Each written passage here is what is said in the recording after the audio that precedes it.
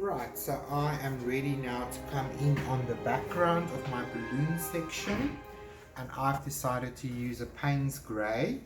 Now Payne's Grey is translucent and it has a blue hue undertone to it, and because it's translucent I won't have a complete opaque background like we do here with the black. It will be a little bit more of a wash. So I'm going to switch to a little bit of a bigger brush because I'm going to do the background now. But I do want to activate my brush because I do need a bit of water. I'm going to drag off the excess, but I don't mind if there's a little bit of water, but it's not dripping, it's not running. That's the important part. And I'm thinking we're going to just dilute this grey a little bit and activate it a little bit. You can see because my brush is damp enough, I can move this grey color quite easily. So I'm going to come in deliberately with a very see-through translucent glaze. Now if you glaze, you are working with a little bit more water than normal, so it almost gives the acrylic paint a little bit of a watercolor characteristic in that it has a translucency and sort of a different texture. You can move it around a little bit more, it's more wishy-washy. So one of the things I want you to be mindful of and to practice using these techniques is when you come in with your background color, you can see I'm not taking my paint all the way to the edge. I'm going to bring this closer, hopefully you can see. I'm leaving a small little slither of my white around the balloon space, and that helps my main focus item to pop off the canvas because it's almost like a little bit of a highlight without me having to paint with white there. So I'm just using my application here to move away a little bit from my subject, and that way I'm also creating a visual interest. So if you're using a square brush, this is one way that you can come in around your subject and cut away. So be mindful of where you place your brush as you go around your subject. In the beginning, maybe deliberately make that space a little bit bigger so that you can practice not covering everything up. And again, if it's helpful, turn your canvas to accommodate your body so that you don't have to sit or stand in an awkward position, because like I said before, that can cause injury. You might suddenly have a sore back or a sore elbow or something like that because you are putting your body in an unnatural position. So you can see I'm not losing any of my mark making that we put in. I'm just glazing over it, and you can see on my palette I can see how translucent my color is that I'm loading onto my brush before I'm taking it down to my canvas. So it's important to work with a palette that is either white or light enough so that you can see what you are doing. If this was a black canvas, it would look a lot darker, or if it's a colored piece of plastic, which is fine. Let's say for example this plate was red, it would influence how I mix my colors and how it might look to me on that palette. So I prefer working with something white or very light so that when I'm mixing a glaze or a different color, that I can see what I am mixing before I'm taking it to my canvas. And now I'm turning my brush sideways to work in the small space without having to switch to a different brush. Alrighty then. Isn't that already looking spectacular? I'm so impressed. Yes, this is a lot of fun. Okay, so now that we have that little background in, I think this little piece is still a little bit harsh for me. I think it needs a little bit more joy. So I think what I must do before I start fiddling with this piece is I must just run my hairdryer on it and make sure that everything is bone dry before we add more layers on top. So I will be right back.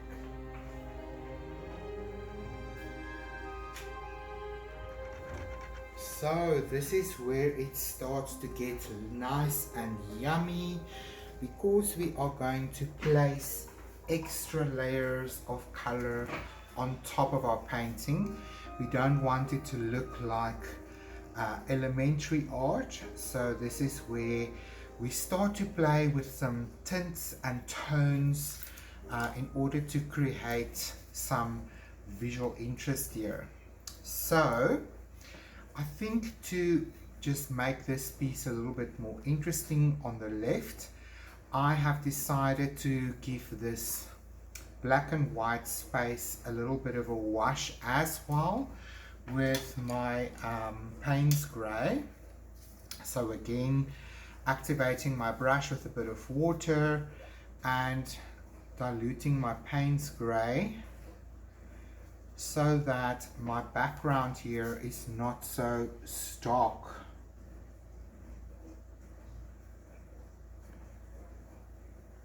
So I'm doing a thin glaze of my Payne's Grey over this area, adding a little bit of water. That's maybe a bit too much. There we go. Like, my aim is not to cover up anything underneath, but to enrich it, to enhance it by pushing it back a little bit, by using a darker color.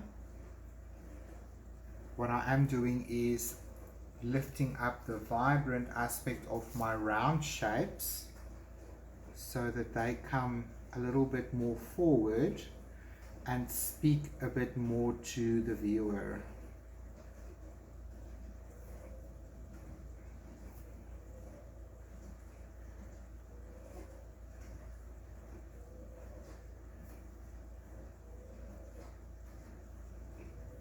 That's already a lot better for me, don't you agree? So I'm going to rinse my brush. I'm just going to let that sit there. So now I think what might be interesting is to maybe enhance the red a little bit more. And I think an interesting way to do that, let me go back to my smaller brush that I used before, is to use this 1/4 inch square brush again of mine that I used to put the red on. But this time around I want to maybe add a little bit of a pink on top that I've mixed with the red. Let me just activate these two colors together, so create a little bit of a glaze.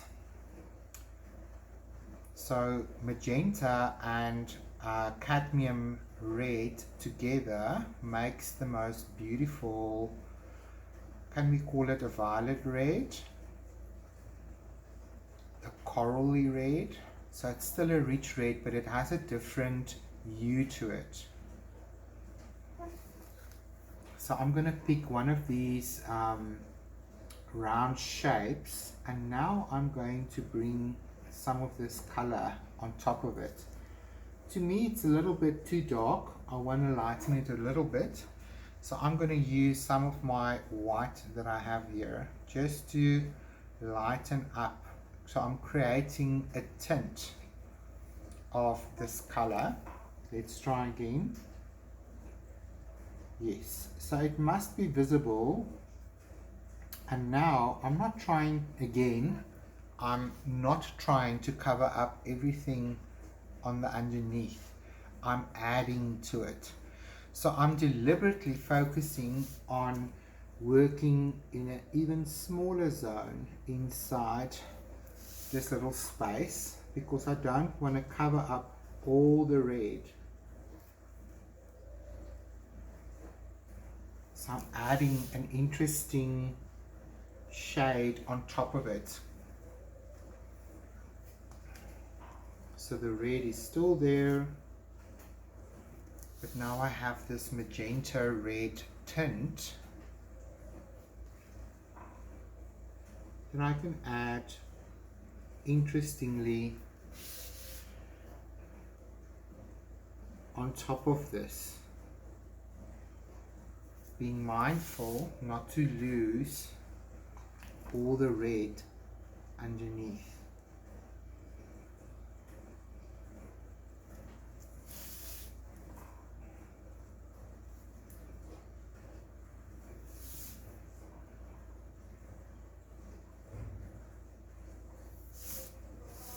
Interesting.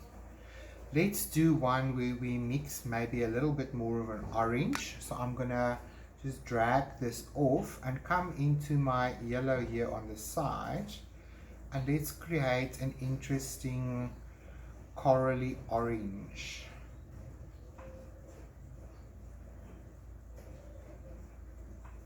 So yellow is naturally a lighter color already, but I do think I am going to use some of this white here, maybe a little bit more. There we go, just to create a bit of a tint that's a little bit lighter. Loading my brush at the tip, and let's do this other big one over here. Again, bringing in some of this color and not trying to cover up all the red underneath.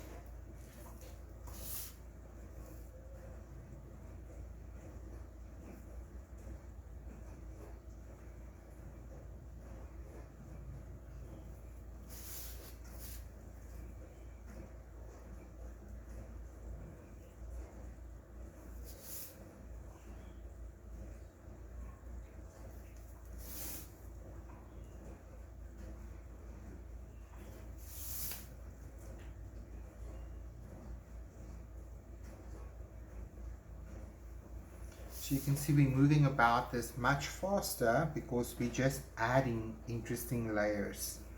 So I'm going to go ahead and do this one with the same mixture as well.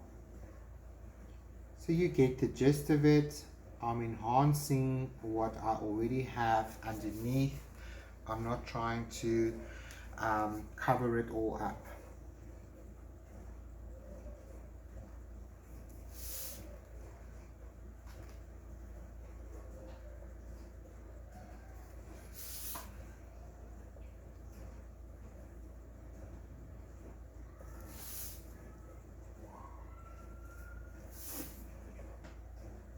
I'm not overthinking it, I'm just following my pattern and repeating.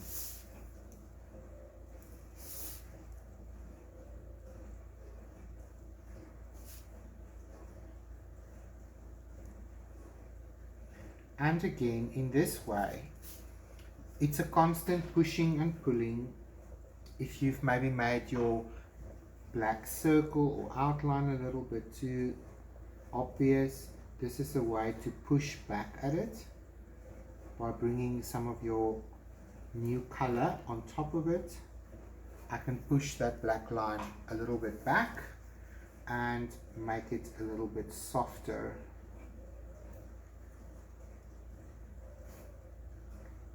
Again, I'm not trying to cover it all up, but I am just pushing back at some of these outlines that I feel is quite stark.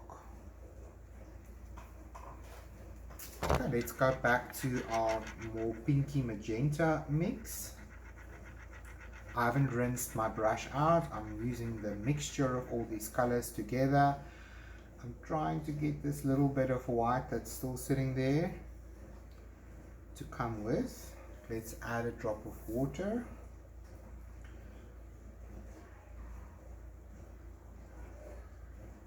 Right, now that we've got a nice mixture, let's play with this one.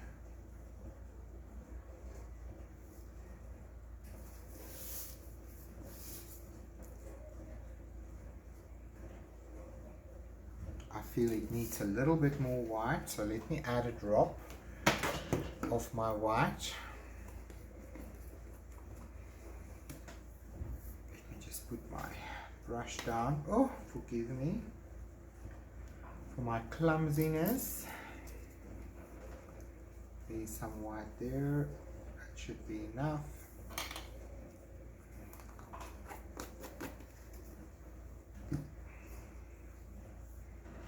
Painting with a kimono is a mindful practice. Do not drag your sleeve through the paint. So here we go.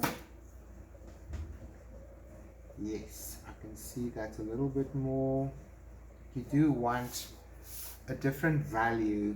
It must be a little bit lighter.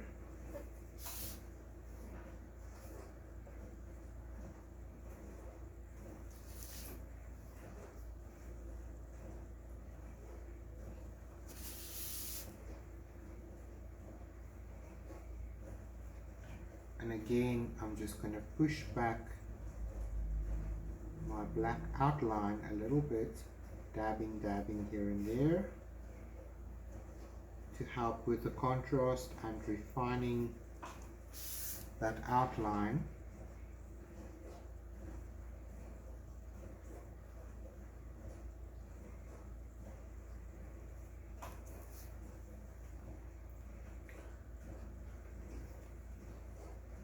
I'm just mixing a little bit more magenta and a little bit more white. Let's do this one here as well. I'm going to use the corner of my brush and this one as well. I might not even go all the way around. I might just add some of it where I think it will be interesting. So I don't want to lose all the red everywhere. Right. So let's allow that to dry. Then I'm going to jump to my balloon side and I'm going to do exactly the same. I want to mix a lighter tint of the color that I've used in order to enhance it a little bit in some way. So I've got a corally mixture here. So I'm going to just continue with this on this orangey coppery balloon, and again making sure that I'm leaving some of it alone at the perimeter or somewhere where it's interesting to add some visual interest. I'm going to do the same here with this pink, but let's add a bit more white then to create an even lighter tint. A tint is mixed with white, and I'm now deliberately avoiding this little space here where that line is coming through.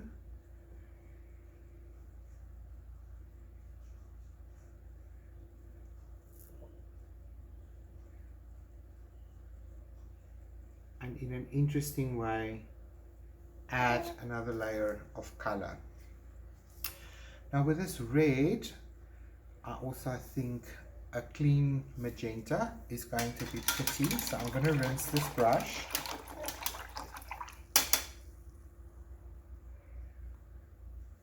And I'm going to come in with some clean magenta over the red.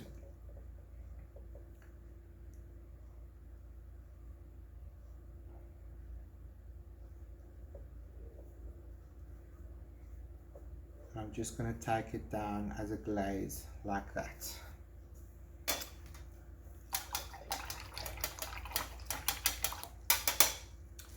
Now for this yellow, I think for the one in the back, I'm going to show you how to mix a shade color of the yellow by using your yellow first and a tiny little bit of black. It is really minute. You can add more to it as you see fit. I'm mixing some here on the side. I just want it to be a shade darker than we have here because this balloon is in the background, so I want this yellow to be a little bit duller and not so bright. But I think we need a little bit more, don't be scared. I'm going to activate this again. Let's add some more yellow to it. And a tiny bit of black on the corner of my brush. Because the black is very powerful and the yellow is not. So this should create a little bit of a yellow-green kind of color. There we go. Let's try again, because that was not impactful enough to see. Here we go. Forgive my little ball bearing in my lamp making a funny sound.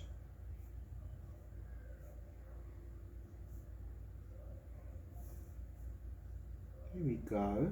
That looks interesting. Just smoothing it out a little bit on this balloon so that it makes sense. So you can see how it's pushed that yellow balloon a little bit to the back. Okay, let's rinse out.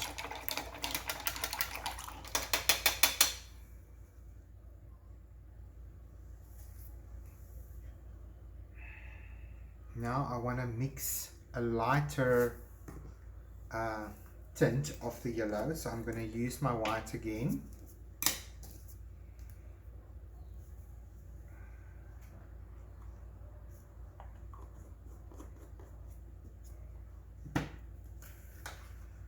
So there's white in my brush and I'm going to drag my yellow towards it, and I'm going to make a much lighter, more vibrant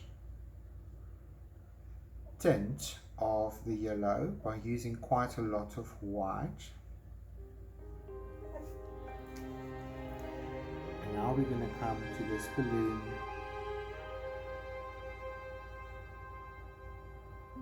and just on this top part do a bit of a glaze with this lighter tint. So you can see that yellow balloon is standing out quite a lot now.